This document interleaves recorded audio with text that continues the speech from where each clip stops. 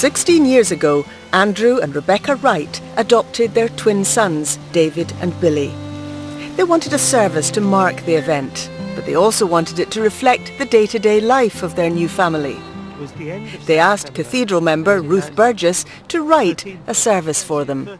After the boys were adopted, they decided that they wanted to have a service of thanksgiving in the church for that, and we tried to leave gaps in it so that the boys' interests could come into it. So I remember writing one prayer that was about steam engines, because I knew the whole family was into steam engines, but I also suggested one of the things we might be thankful for was Smarties, because of the S and the alliteration. And in fact, what they came up with was stones, because that's what they like collected. So we had a prayer thanking God for stones and for steam engines.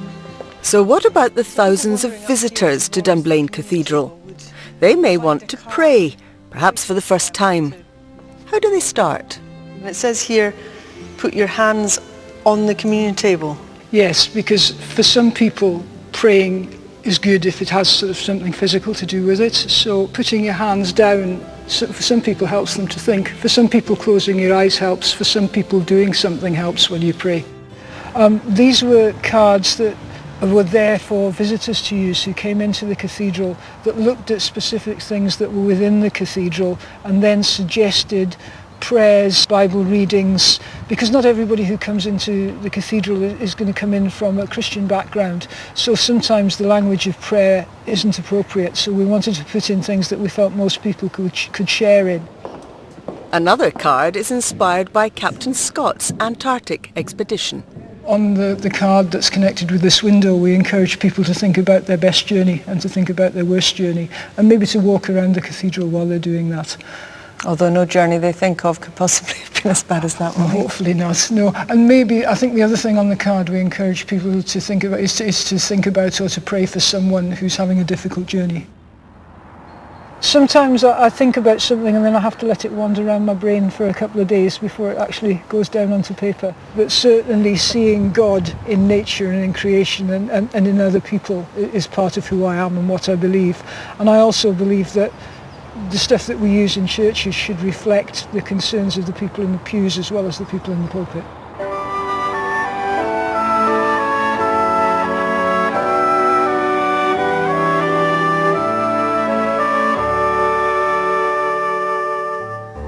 Be still for the presence of the Lord, the Holy One's here. Come bow before Him now with reverence.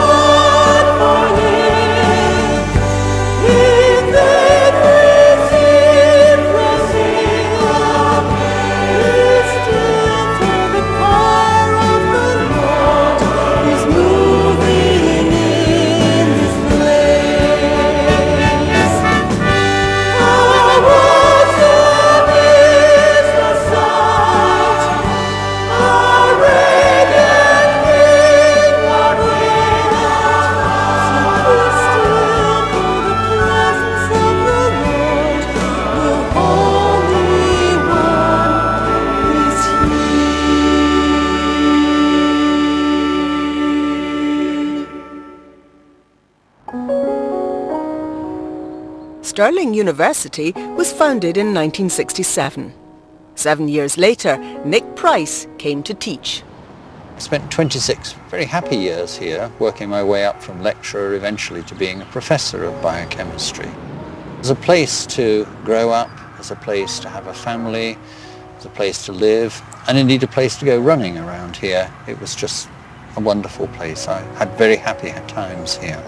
Now in 2004, your family suffered a terrible tragedy. You lost your middle daughter, Rebecca.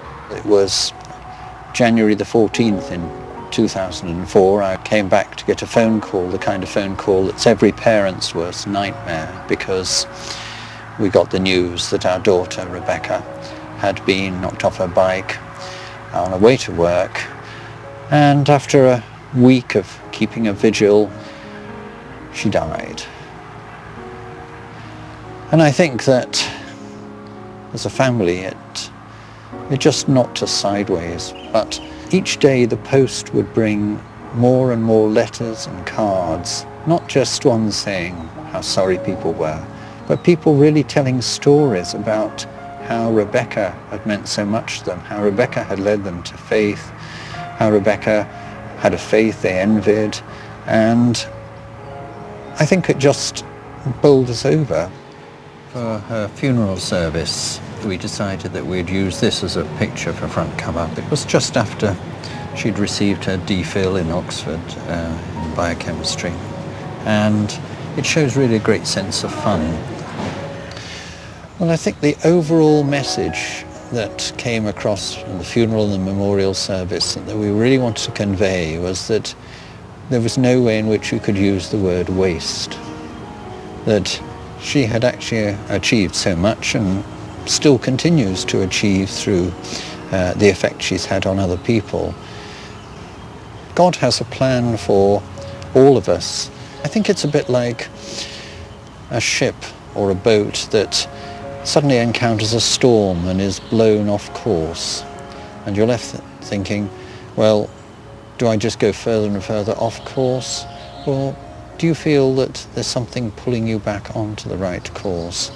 And I felt that rather than, as I say, drifting further and further off course, being angry or destructive about it, like to see the way that you can get back onto course and can orient your life in a different way. And the way that in fact you went on to orientate your life was to become a lay reader in the church. I've met ministers actually in the church who have suffered a similar tragedy and have lost their faith, and yet in your case it seems to have been almost affirmed in quite a dramatic way. I think what it's taught me really is that providence isn't something that you can put coins into a slot machine and get something out, but you see, with the benefit of hindsight, looking back, you see that God was caring for us perhaps in other ways.